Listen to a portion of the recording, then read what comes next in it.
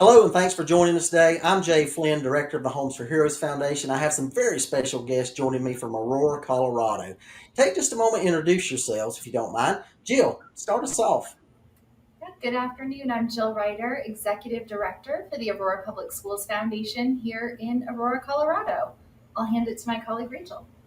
Hi, I'm Rachel Heilbrunner Adkins. I'm the Partner and Program Manager for the Aurora Public Schools Foundation. My name is Heather Gorder. I work at Laredo Elementary School and I am a reading interventionist.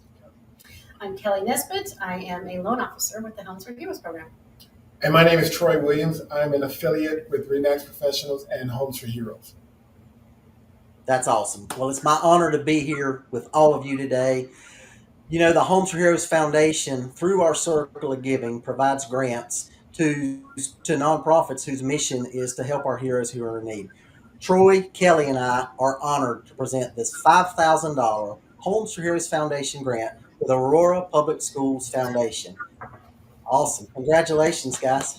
Woo! Yeah. Thank you. Thank you. Right. Absolutely. So let's chat just a little bit about what you guys are doing there with the APS Foundation. So Jill, tell us a little bit about the foundation and what you guys do. You bet. The foundation's actually been in existence since the 80s, which feels like a very long time. Yeah. But the good news is that we continue to evolve with the needs of our community. And so in the last 10 or so years, we've been really focused on college and career readiness work for our students. How do we get more students out of the classroom, working with industry, have them exposed to different career fields?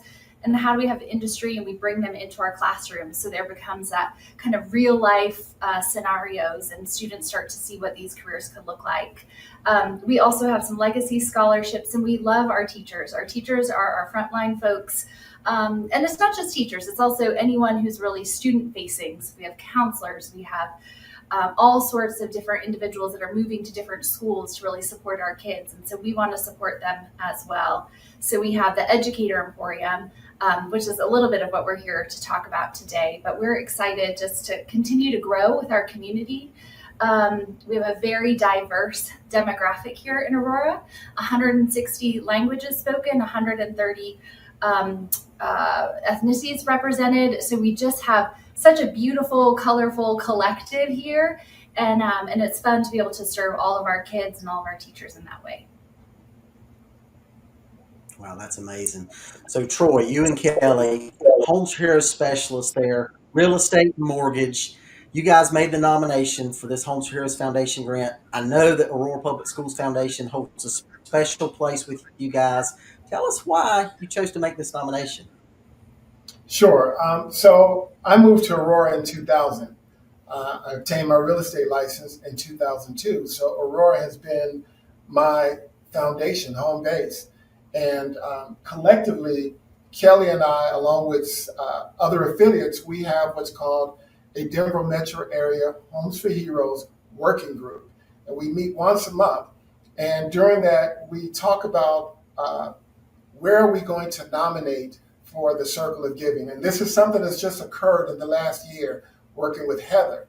And so we looked at military, police, fire, health workers, teachers, and I'll let Kelly tell the rest. Well, teachers are very important to us. Obviously, Troy living in Aurora, his kids went to the Aurora Public School District, and I myself am a former teacher. I taught school for 6 years. So teachers are very, very near and dear to my heart. I know how hard they work and the hours and the underpaid that they have and everything. So they're just a really big, place in our hearts for our teachers and the community. And so Aurora Public Schools actually was one of the first foundations that we looked at. And there were others, but Aurora Public Schools Foundation, they were the first that we looked at, and actually our first nominee and recipient of the grant for our group. So congratulations. Thank you. We couldn't do it without our community. We really couldn't. It takes all of us. For sure. So Rachel, we just heard how how you guys got money. We're thrilled to support you guys with a $5,000 grant. Tell us how the grant's going to be used to have a positive impact with our teachers. Yeah, I'm happy to share that. So you can see right now we're actually standing in what we call the Educator Emporium. So this is basically a teacher supply store that we open up once or twice a month for teachers to come in. They get a shopping bag, like a reusable grocery bag, and they get to come and fill up their bags with all sorts of different supplies for their students. A lot of our students can't afford their own supplies, and teachers are often pulling out of their own pockets and paychecks. So this is our way of really supporting them. And it came from really an idea that Jill just decided to say yes to when she got a phone call from a local Walmart in 2021. And they said they had 26 pallets of school supplies available because COVID meant that people weren't buying school supplies. They weren't going to school. So they said, do you want them? And she said yes, and figured it out from there. And so it's been through a couple different iterations, but this is currently what the room is. And it takes a lot of volunteers and a lot of labor and love and from our team and really help from the district as well. So we love the days that we're open to teachers and getting to talk to them and hear about their days and how things are going. And so this is the Educator Emporium, and that's where we will be putting the funds to.